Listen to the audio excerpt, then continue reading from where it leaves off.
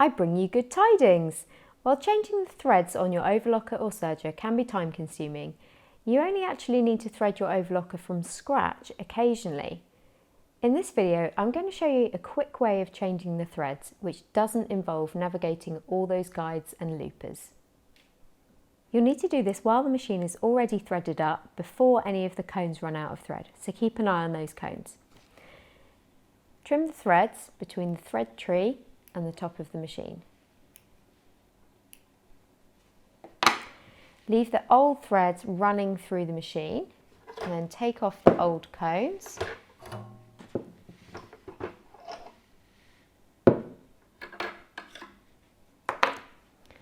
And replace them with the new cones.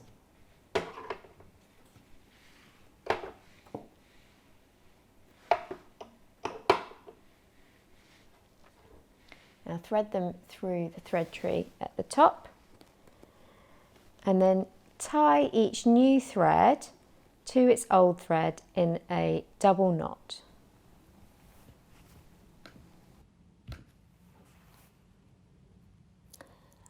And leave the knot ends untrimmed so they don't come undone. Then turn the tension dials to 0 to open up the tension discs and open up the front cover of the machine. Now the careful way to do the next bit is to gently pull each thread through the machine in turn. So pull out this knot before it passes the tension disc so it doesn't damage it, and then gently pull the threads through.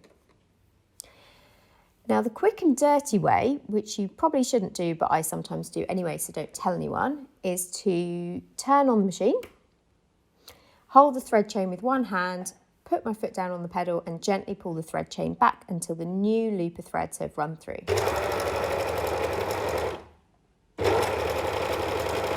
Then stop before the knots pass through the eyes of the needles, trim off the knots, and then you can re-thread these by hand or with tweezers.